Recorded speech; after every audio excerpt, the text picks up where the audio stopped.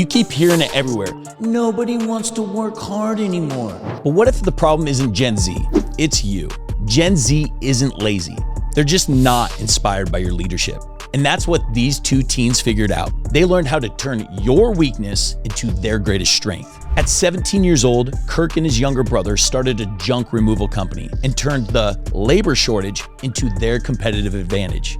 They proved that young people will still show up, work hard, and build something incredible when you give them purpose, build a culture that inspires, and a vision that they can get behind. We're sharing exactly how they built a multi-million-dollar business by making work feel more like a mission, not a job, and how you can do the exact same thing inside of your company.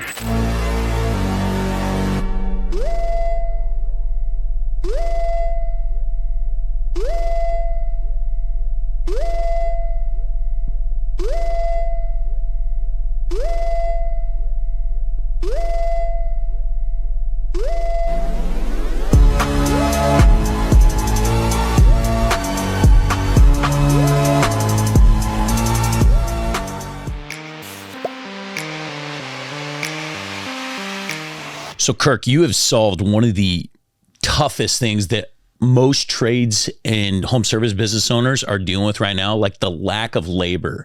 We know that the younger generation, according to every 40 to 70-year-old right now in the United States, the younger generation is lazy.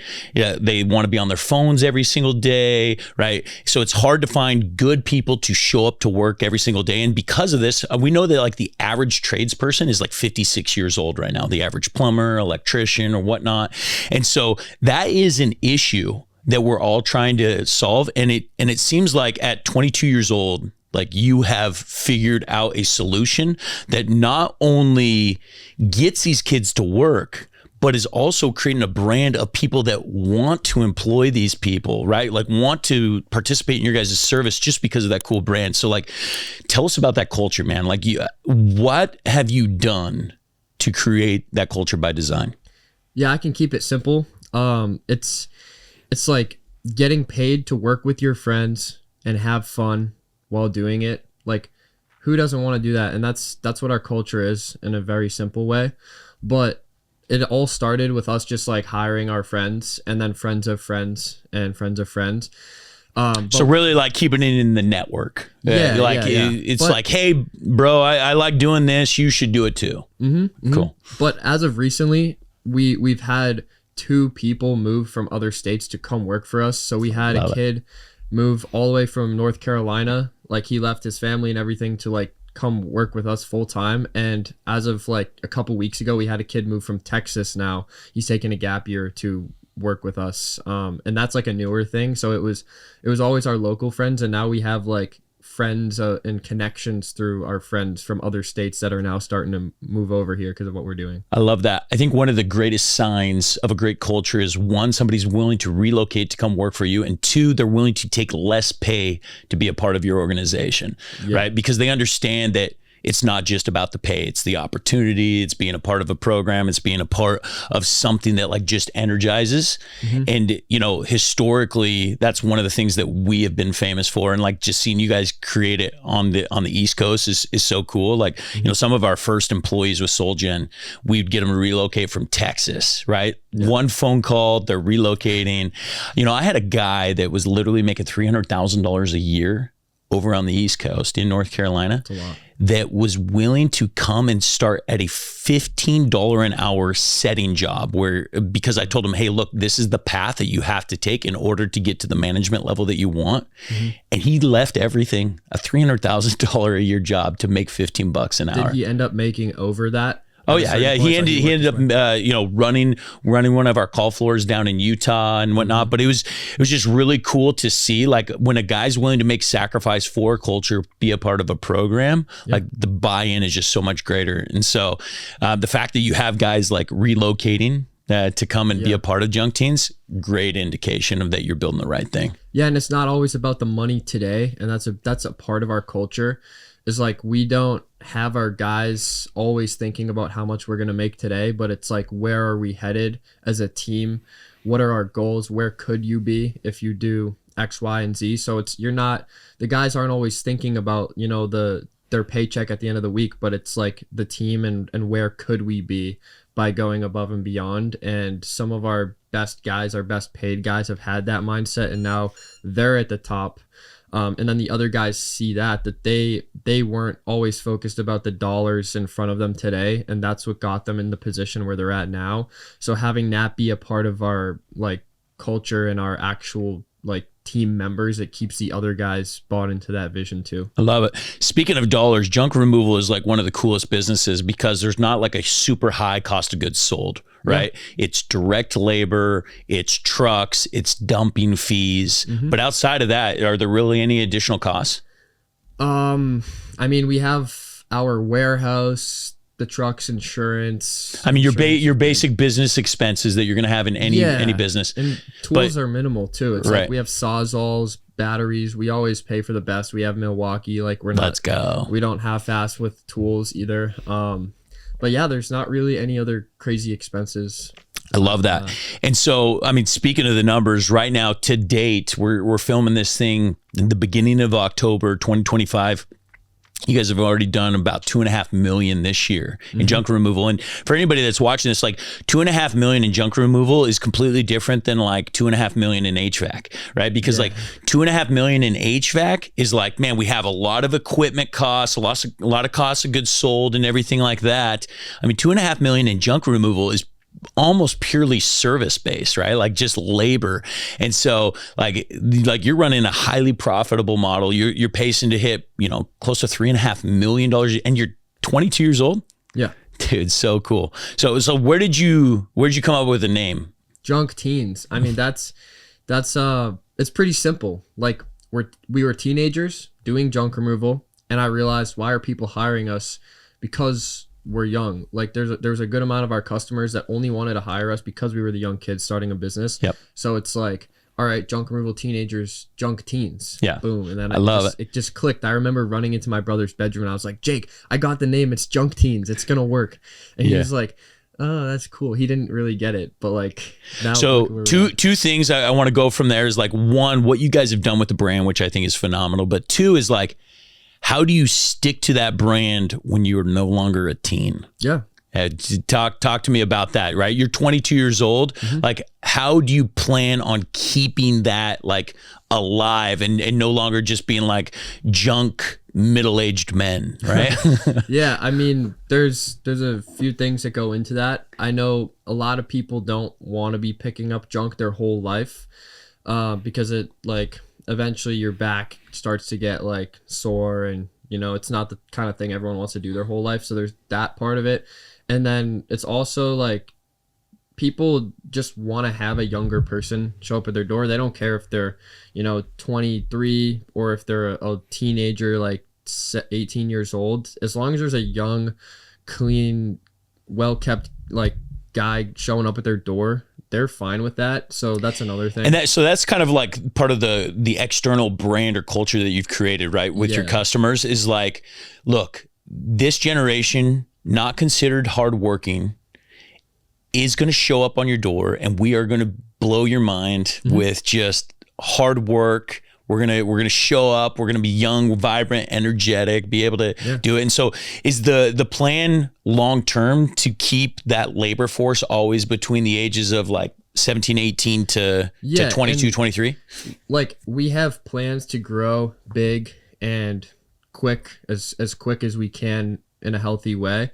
And with that, there's always new positions where guys can step out of the truck and take management positions, and we can't like only have, like younger people at all times, but like that's pretty much the culture that exists. Like we don't, that is the plan, is to have it always be like young people, teenagers. So give me the vision. Give me the vision. What number are we hitting in this thing?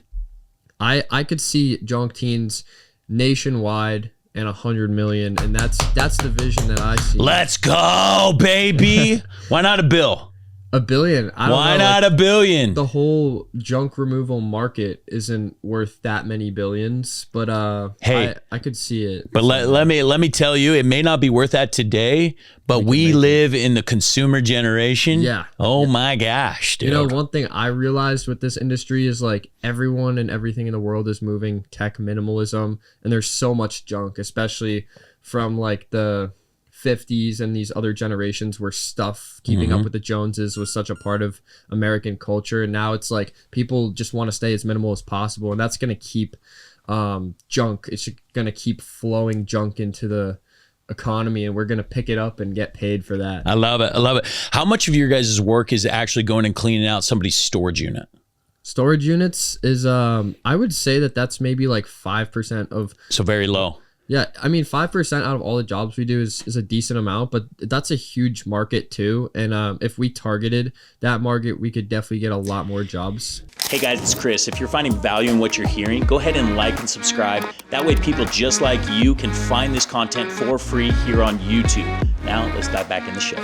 You know, it's interesting. I mean, I think the storage unit industry is the greatest indication of how great junk removal will be, right? Just because like that's the leading indicator. The lagging indicator is junk removal. The leading indicator is the storage of junk, right? And so we live in a day and age where literally people will pay $100 a month to guard their junk that they maybe touch once a year, right? Like they might go get their Christmas ornaments or something out of the storage unit, but they got something from grandma that's sitting in there that they think is worth some money, or, you know, maybe they're just a hoarder and they just can't get rid of the newspapers from the 60s or the 70s or whatever it is. And man, you see these storage units popping up everywhere and they fill fast. I mean, quick. And the way that we build homes now, like a new development, 4 feet apart, right? The barely any garage or any storage space, right? Like there's no basements. It's only like 3 bedrooms, 2 baths, a kitchen, and a garage big enough to put your car in. And so now everybody's got to move their junk over here, right?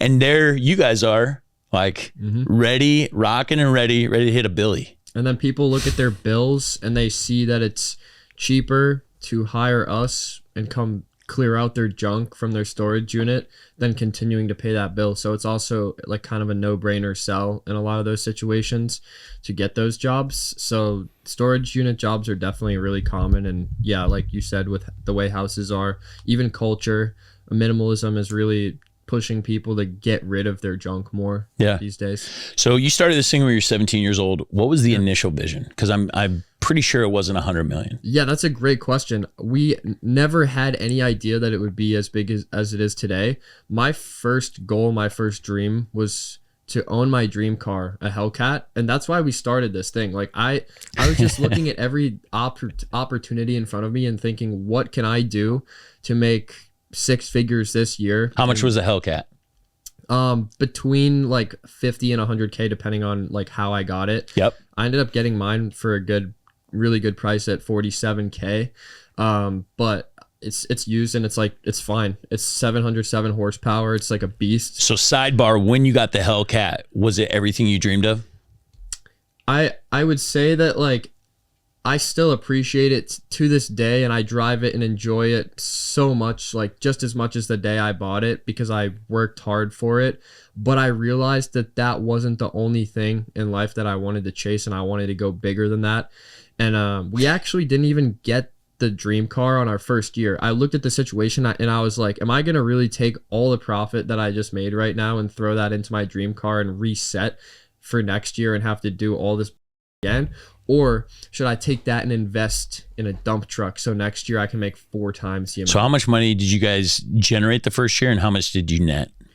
Yeah, the numbers are pretty crazy because it was my brother and I, and we did everything. It was us two and the pickup truck, some U-Haul rentals and dumpster rentals to get And by a pickup truck, I mean literally what kind of pickup truck are we talking about? It was a box Ford F-150 that we bought for $4,000. It had a cracked frame and we didn't even realize. Yeah. So I love it. Where did you get the $4,000 to get it going? I actually like saved up from selling junk that I would collect from the dump, like old speakers. I would find TVs and order like a replacement board on eBay and fix them up. bicycles around the time of COVID. Bicycles were high in demand, and same with lifting weights. So I would sell bicycles and lifting weights, and I would make like thousands of dollars just selling junk. I love it. So you were super creative from a young age, trying to figure it out. You got your $4,000. You go and buy this crappy old pickup truck, and you start going removing junk. How much junk did you remove that first year in dollars amount? So we did about 120K in sales in that first year, and I think our profit was probably between 90 and 100K on that, because we literally did everything. We saved every penny that we could with our dump fees. We're selling junk on Marketplace that we would pick up from houses, and so our profit was like high, like 70-80% on that. So with that, we literally took everything and we reinvested that into our first dump truck on our second year. And I really did want to buy my dream car in our first year, but I realized that the investment of that first truck would make it possible for me to have my dream car and be way more comfortable, and also have this business that could grow, that we could grow with it, instead of taking all that money and throwing it into the car on the first year. That's one of the most key principles in building a business. Most people, they want to rob the profits from the business to be able to shout on the rooftops, look at me, I'm successful, right? Yeah. And I'm assuming at the age of 17, had you been driving around a Hellcat, it would have felt pretty cool to the boys, right? Yeah, definitely. It would have been like, look at my ego, me, champion 17, 18-year-old here, driving a Hellcat or whatnot. But the fact that you chose to really swallow your pride, get rid of the ego, and reinvest just shows wisdom way beyond your years, right? Like most guys aren't figuring this out until they're in their 40s. They're like, oh, I got to stop robbing the business to try proving my self-worth to other people, and I got to go all in on what I'm doing. So you went, you invested, you got some legit dump trucks. How many of these legit dump trucks are you running now?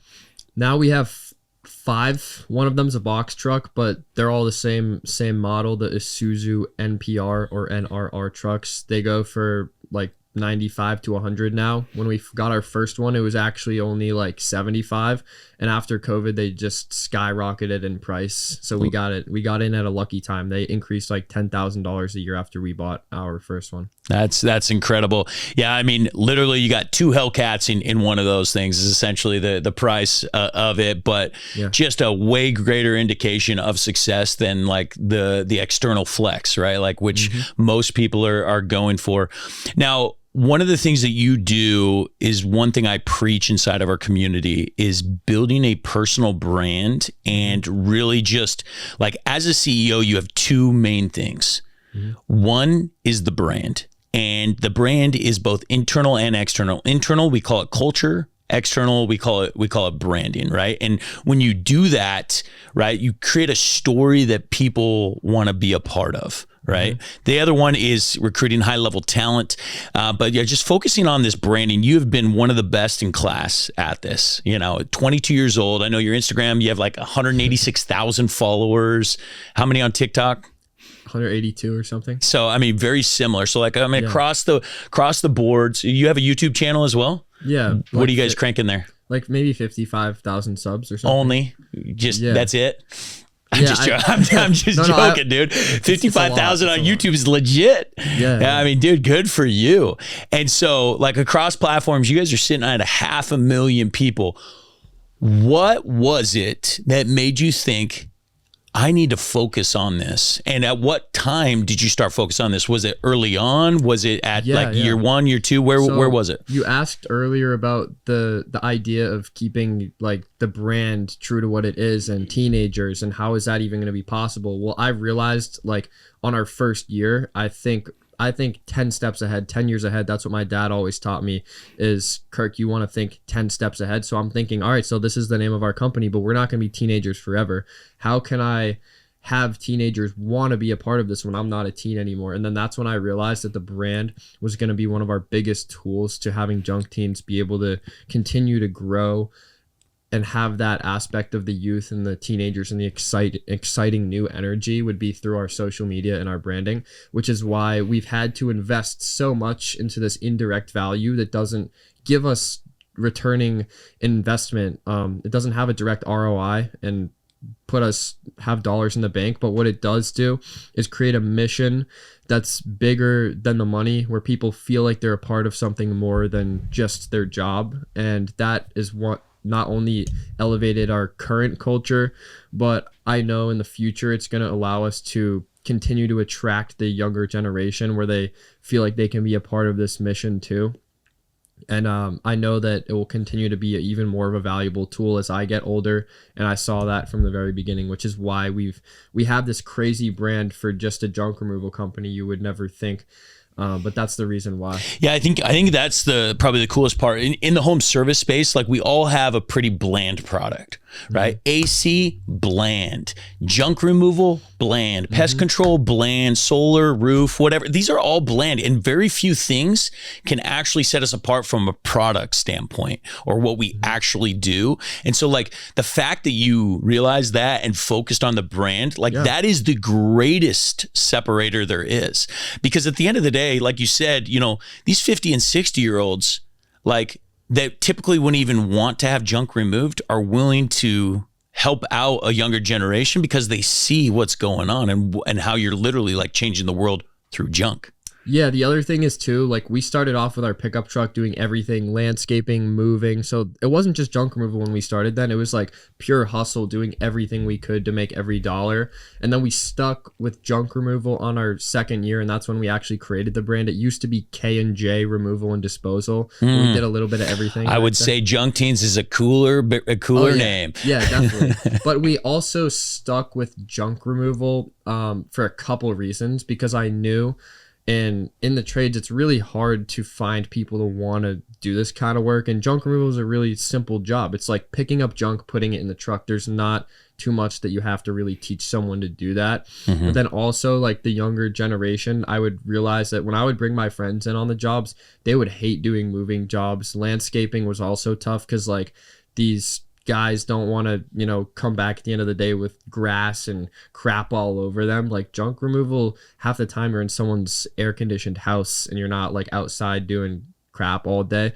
So like, I specifically chose junk removal with this vision in mind too, knowing that it would have a much higher ceiling and allow me to kind of like incentivize people to want to do this kind of work too. Yeah. I mean, you've literally taken probably the worst image type service and created like an Apple type following, right? Where it's cult following. People want to be a part of it. They see the energy.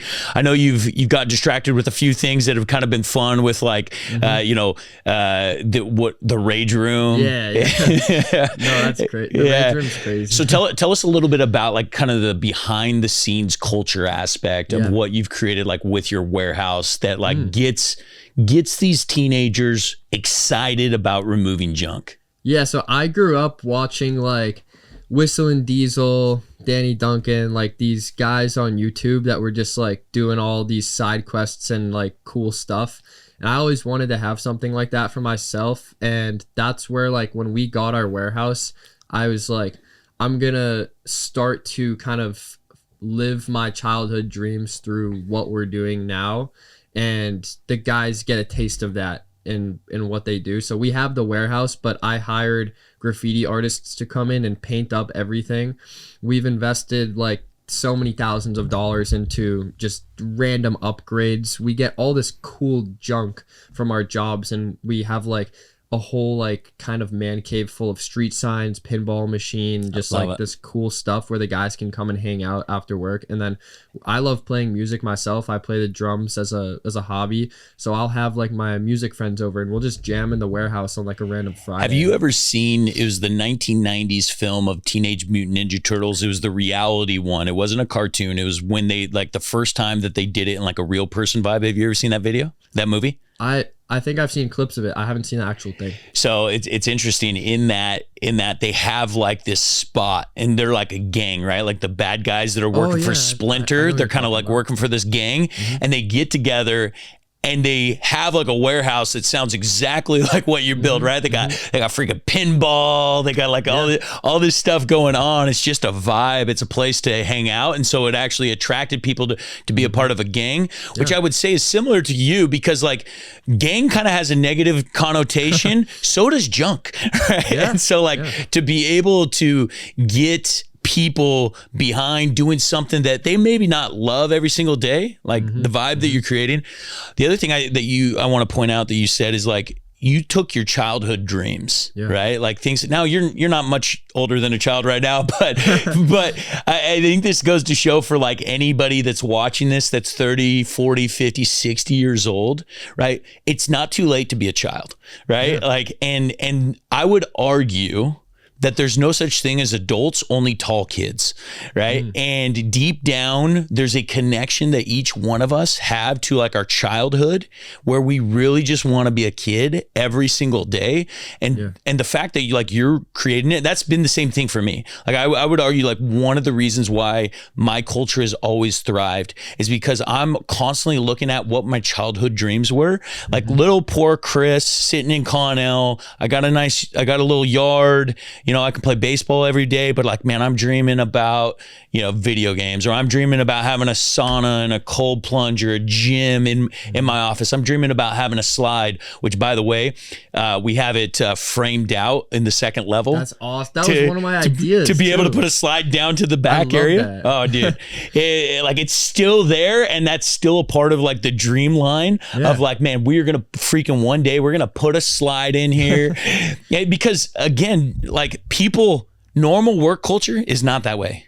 Right? Normal work culture is I show up, I clock in, I got a boss sitting in a tie and a dress shirt in the corner, right? Yeah. Like he's watching over me, making sure I hit my KPIs, right? I got to wear at least a polo to work, and casual Fridays allow me to wear jeans, but I still got to wear a button up, right? And it's like I get free coffee in the break room and maybe some crackers. And like there is nothing inspiring about a normal work environment. Yeah. And so like the fact that you are creating this childhood dream for these kids. Yeah. And doing it while removing junk, dude. Congratulations. You ever heard the song like Teenage Wasteland? Yeah, like, dude, I know the song, but I don't know the lyrics. Teenage Wasteland. But what does it say? Give me some of the lyrics. I don't even know what it talks about. I don't even know the lyrics, but it's just like the feeling behind it. Like if you walk into our warehouse, like that's the feeling that you would get in what we're doing. And also based on what you were saying, like I feel that energy when I got the tour of your space, and it was inspiring for me. Like I see certain things here where in the big picture of junk teens, I'm like, I would want to incorporate this or that. Like it was sick when I saw all the Nerf guns and I was like, wait, you guys have Nerf gun fights like in the office? That's awesome. So like there's certain things where I feel that here, and I can tell with your success, having that a part of your culture is one of the things that has got you where you want to be. And we've been talking about how it is hard to find people in the trades to like do this kind of work. And when you're so serious and everything's always about the money and just getting the job done, it's harder to attract those people that want to build something more than just showing up for the work. So like part of attracting, and it doesn't even have to be like teenagers, but even just like guys in general that want to like, work hard, and they're not going to, bust your balls about like every little nickel and dime, and they want to actually be a part of the mission with you. It's kind of giving them a little bit something more than just the money that they're going to take home at the end of the day. And then they're going to do so much for you and the company. And I think that's something that people could also take away. And yeah, I mean, and there's so many ways to recreate this. And I think the best way is to always look at your childhood or the childhood of others. Maybe you didn't like your childhood. Maybe it sucked, right? For whatever reason, but you saw other people in the way that they were living their childhood. Use that for inspiration. Because again, there's just tall kids. That's all we're working with. 40-year-old, just a tall kid. Like one of the things that we have implemented, we always said like, look, the only reason we started a company is to dominate at intramural sports. We want to have the best local softball team. We want to have the best local flag football team or whatnot.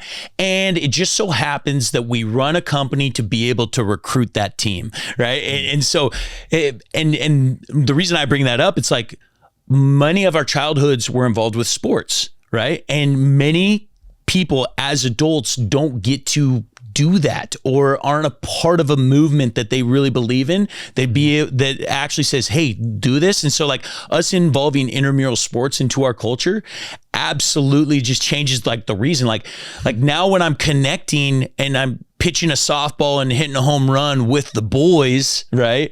It's completely different than when we have to show up and we have to get work done and make real money, right? And so it just gives a whole new meaning behind it. And then when you add in a layer of like, hey, look, not only do I want to make sure you have a great time here, not only do I want to get you a paycheck, but I actually care about you, your family. I'm going to help you be better spiritually, connect with God. I'm going to help take care of your fitness. I'm going to make sure that you're going to live a good 90, 100-year life. And on top of that, I'm going to teach you how to invest your dollars so that no matter what income you're making here, we can help teach you how to be wealthy even when you're not a business owner. And like when you show that full thing, we call it the PEAS framework, PEAS, Physical, Economic, Association, and Spirituality. All of a sudden, people are bought in, right? And it doesn't matter what they're getting paid because their compensation is coming on so many different levels. You're not just being compensated financially, but like you mentioned, all of those other things. And I feel like there's even parts of those where we can do better at. Also, I work with my brother. So my brother is my business partner.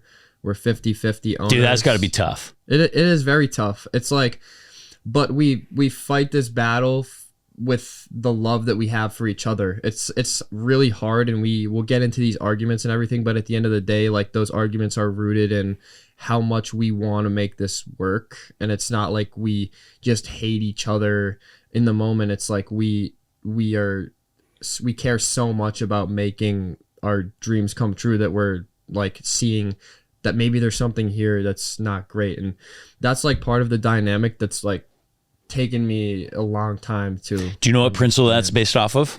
Have you heard of the 5 dysfunctions of a team? No. Okay, so 5 dysfunctions of a team, one of my favorite books, and we talk about this all the time, right?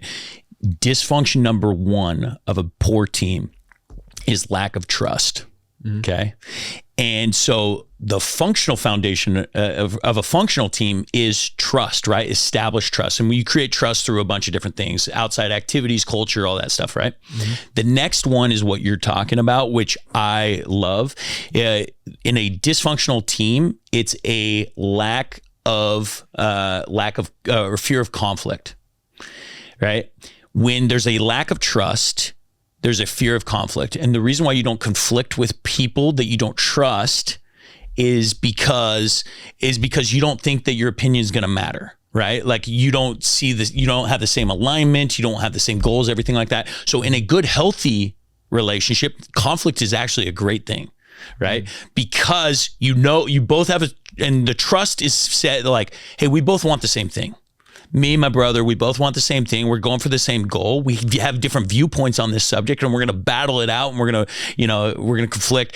And so it's actually a healthy thing to have conflict. In fact, it's part of like our culture and our language is that we say, hey, is it all right if I conflict for a second? And so then it's like an immediate trigger, like, oh yeah, we have trust. We're going to see things a little bit different here, but we both want the same thing. And so like, and I think you've kind of come to that conclusion of like, hey, this conflict is actually healthy. It's because we both want the same thing. So tell me about like what are the hardest, like what's been the hardest thing about working with your brother? Yeah, with my brother specifically, I think he's 2 years younger than me, and while we're young, we're both growing so quickly. We're like 2 years is a big difference. Like who I was 2 years ago is so much different than who I am today. And my brother being 2 years younger, I can see like his mind isn't developed like 2 years as far as mine is, and I can feel that. While literally, you've lived 10% longer than him, you know, which is crazy. You know, at your age, right? 2 years is a huge deal versus when you're like 50 or 60, when it's like, you know, 1% difference. Yeah. So, I mean, I've been through a lot of things personally, just through life experience. You know, I'm about to graduate college. I'm actually thinking about what my life is going to be like. You know, I'm saving up to buy a house. All this stuff that is like coming on me at this point in my life, it's maturing me much quicker than where my brother is at and the problems he's thinking about in life. So that difference is, it's harder for certain goals to align because he values things a little bit differently than where I'm at in life. So I would say that that's one of the biggest challenges that I'm looking at right now. But I also understand the situation, and I understand that he's not in the same shoes as me, but all I can do is just try to paint that picture for him and just watch to see how we both mature. So I'd say the maturity thing is one.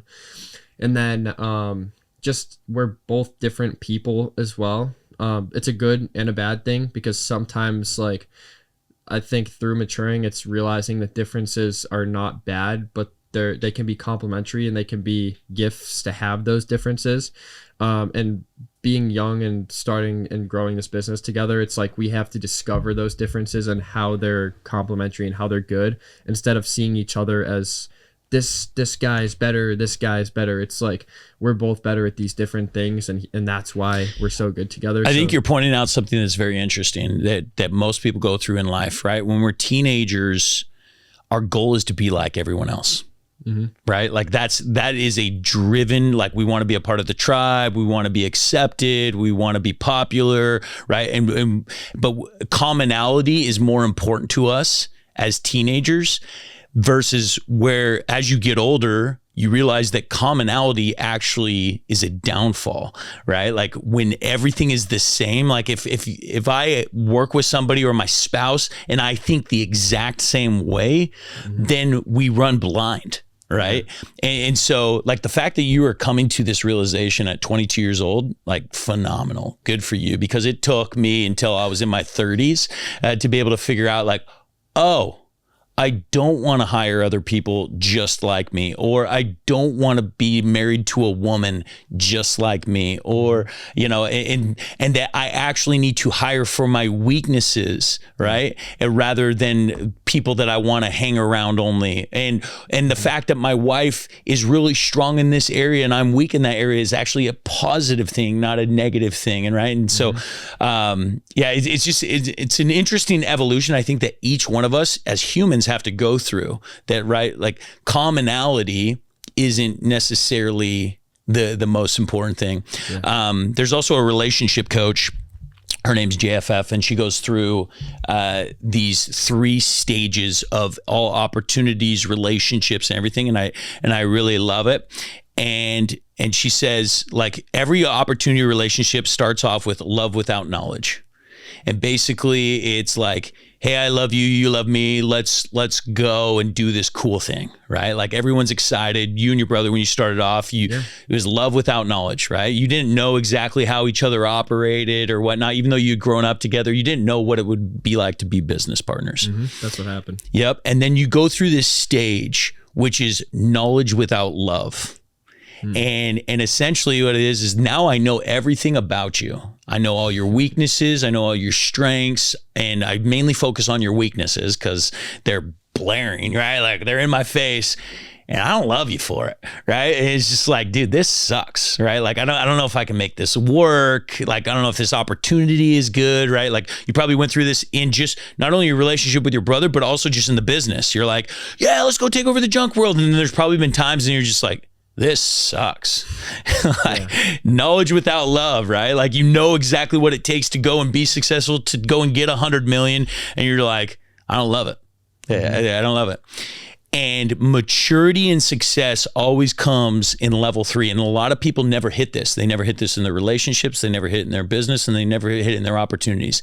And what it is love with knowledge. And essentially is that you choose to love someone, something, some opportunity, understanding the whole spectrum of weaknesses and strengths, right? And once you can learn to accept somebody for that, now you have a powerful relationship. Now you have a powerful opportunity. And when I heard that, I was just like, man, that is such a simple freaking framework. And I just got to always remind myself, what stage am I at, right? Am I in that early honeymoon stage of love without knowledge? Am I in the freaking sucky stage of like, dude, this sucks and I don't love you? Or have I chosen to accept this sucks and I love you? And we're gonna go and crush it together. So yeah, we're at that stage where it's like discovering each other's weaknesses. I actually love what you said. I'm gonna take this and like play back the clip to show my brother, because I think like both of us being aware of this, like you have to be aware of a problem in order to know how to solve it. And we're at that stage where we're becoming aware of this right now, and that this will help my brother and I both work together to spot our weaknesses and work towards that. Yeah. One of the things I share with my team is like one of the greatest strengths or indications of a great leader is a willingness to be wrong. That's so important for even self-improvement. Like, right. If you can't accept like and take accountability for the times that you are wrong, how are you ever going to improve? And now I'm not saying you should lose your conviction, right? Like you should be 100% sold on wherever you're at, whatever your idea is, whatever your mission, your direction. Like, hey, I am sold on this and I'm all in, but I'm also willing to be wrong.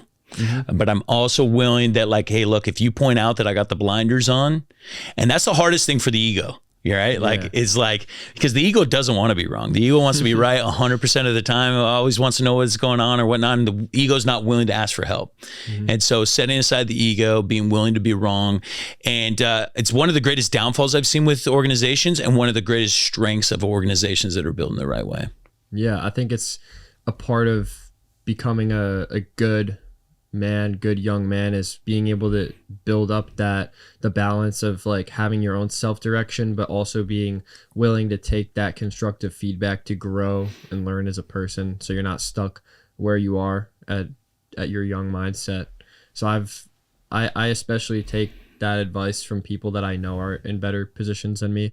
Like if someone is more successful than me at whatever it is, like fitness or certain relationships or business, I like to like kind of take that feedback even stronger from those type of people too, and accept that I'm wrong. But yeah, being proven wrong is really important part of self-development. Yeah.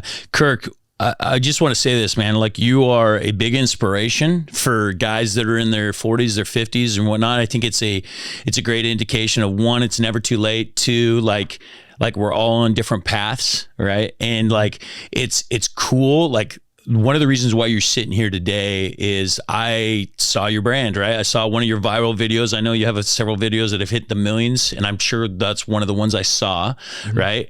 And I'm like, man, look at these boys out here freaking hustling. Like that is so cool. And so just speaking from my millennial generation, I would just say like, bravo, like what you're doing for your generation, what you're doing out there in Massachusetts, and just like the overall goal.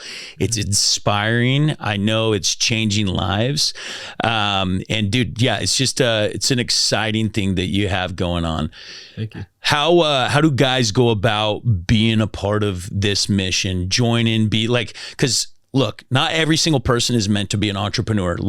Most people are meant to either be employees or what I call intrapreneurs, which is guys that can kind of build their own empire within somebody else's empire. And I'm imagining there's a lot of opportunity for that inside the Junk Teens world. Yeah, definitely. I mean, especially like we want to go nationwide in the next 2 years. Like I said, I'm in college right now. I'm about to graduate in May. Which is wild. This is a man running a $3.5 million business and attending college full time. What the freak? Yeah. Dude, good for you, man. Yeah. I mean, a lot of people always ask, like, why are you even in college? I get that every single time I say it. Yeah, why are you even in college? It's for my parents. It's like their only wish of me, and I'm able to make it work. So I see why not make it work for my parents. Like they really, really want me to graduate, and it's something that they value a lot, and I value. And what's the counter argument to that? Counter argument to doing it for your parents? Just wondering, just playing devil's advocate here. Are you saying like why? So if I hear that, I hear, hey, I'm doing this just for my parents. What's the counter argument? It's because I can make it work. I can do what I love, have my own path, and I trust my parents too and their guidance because I am who I am today because of how my parents raised me. Not 100%, but I give them credit for who I am, and I see they really care about me being in college. So I just trust, even though I don't fully understand it, I trust their guidance for me. So mad respect for trusting and loving your parents. Yeah. I would say we'd probably graduate to I would need to conflict on this one, but that we won't do it here. No, I can be honest though. It's probably the hardest thing I've ever done in my life is sticking through these 4 years. Sure. I've wanted to drop out so many times. It's so crazy. I don't even know how I've made it this far, especially running the business, the kind of problems that come up where it's I'm in a class and I'm getting this phone call that our truck's broken down on fire on the side of the road. It's what am I supposed to do? Sit in this class and learn about this. Speaking of which, it is Friday. Are you supposed to be in class right now? No, but I was yesterday and the other days, but I actually skipped school to be here. Let's go. Hey, if they ain't dropping out, at least they skipping. Let's go. That's the thing. It's I've kind of just figured out how to sales is such an important part of everything in life. You're never going to fully be able to get to where you want to be if you don't understand some level of sales. And it's the same thing in class. It's what does my professor really want of me in that class? What do they want me to take out of it? Do they want me to learn that specific topic, or do they want me to learn whatever specific thing it is? So I have conversations with them and I figure out what does that professor really want of me, and I can show them that outside of their class I can achieve that same thing, which is their goal for me as their student. You're also hanging at a pretty prestigious business school, right? What was the name of it? Babson College. And so the network that you're being exposed to is pretty phenomenal from a worldwide standpoint. Yeah. And it is a business school, so my professors also see, all right, this kid's running a legit business. Am I going to fail him for working on his business in the class? So I do have a little bit of flexibility there. Nice. So you're very open with your professors of hey, this is what I got going on. And I have to be. And also I've had the school write a couple articles about our business. I can use that as leverage. It is sales at the end of the day too, being able to sell myself to the professors so that they know that I'm not just some kid that's skipping school because I'm lazy. It's because I'm actually doing something real, and I have to show them that and tell the story. Well, dude, absolutely phenomenal. Where's the best spot for guys to be able to find you online? Yeah, that's a great question. So my personal Instagram is, you can just search Kirk McKinney on Instagram and find that. But it just looking at any of the Junk Teens content, YouTube, Instagram. Junk.teens, right? On Instagram? Yeah, and then pretty much just searching Junk Teens or Kirk McKinney. The brand is strong enough, you'll find them, baby. Yeah. Exactly. I love it. Kirk, dude, thank you so much for being on the show, sharing with us your wisdom, your young energy, everything that you're doing to change the world through junk removal, which is freaking phenomenal. And I always say that is the sign of a great culture, great passion, when you can use something so basic as a platform to be able to go change the world. So thanks for coming out, my man. Thank you.